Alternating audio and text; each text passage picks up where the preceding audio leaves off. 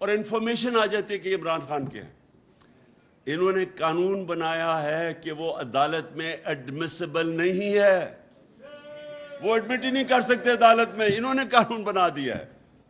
اور دوسرا, اب یہ آپ سب کے سامنے وہ آپ کی میں نے کئی دفعہ فلمیں دکھائی ہیں کہ پہلے وہ مریم کہتی ہے جی ہمارے یہ 4 بڑے بڑے محلات لنڈن میں ہمارے نہیں ہیں. میری تو لنڈن چھوڑو پاکستان میں بھی کوئی پراپرٹی نہیں ہے.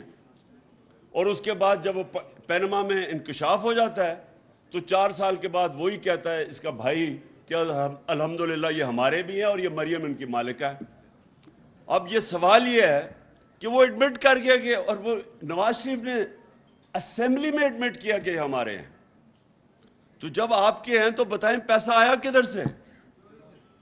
اور وہ کیا کہہ رہا ہے, وہ جج نیب والے سے پوچھ رہا ہے کہ بتائیں جناب آپ بتا سکتے ہیں کہ یہ نواز شریف کا ہے یا نہیں؟ اس نے کہا جی میں نہیں بتا سکتا کیونکہ وہاں بھی میچ تو فکس ہوا تھا, اپنا نیب کا ہیڈ رکھ دیا انہوں نے. اس نے کہا جی نہیں میں نہیں بتا سکتا, چلو جی بری ہو گئے.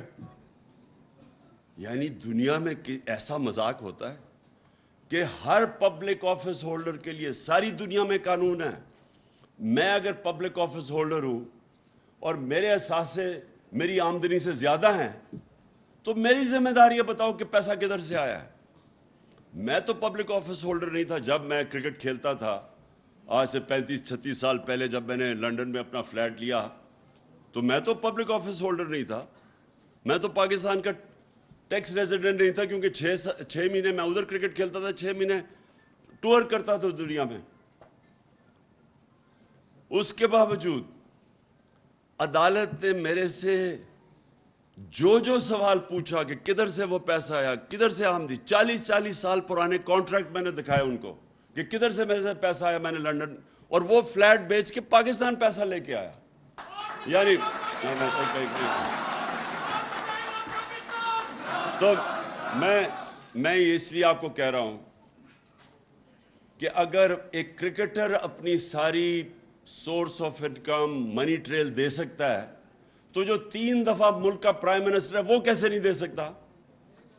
اس کے اوپر تو ذمہ, وہ تو سب سے سپریم عہدہ, وہ کیسے نہیں بتا سکتا کہ میری پراپرٹیز باہر کیسی ہے. میری بیٹی, وہ اس کے پاس تو کوئی ذریعہ معاش تھا ہی نہیں کہ وہ اتنے بڑے فلیٹ لے سکتی, تو اس کا مطلب اس کے چوری کے پیسے بیٹی کے نام پہ لے لیے, اور اس کو اگر آپ بری کر دیتے ہیں تو اس کا مطلب کہ وائٹ کالر کرائم کو پاکستان میں آپ پکڑ نہیں سکتے. اس کا مطلب کہ میں بڑا طاقتور چور ہوں اور میں یہاں سے پیسے چوری کرا کے ملک سے باہر بھیج دوں, کوئی مجھے نہیں پکڑ سکے گا.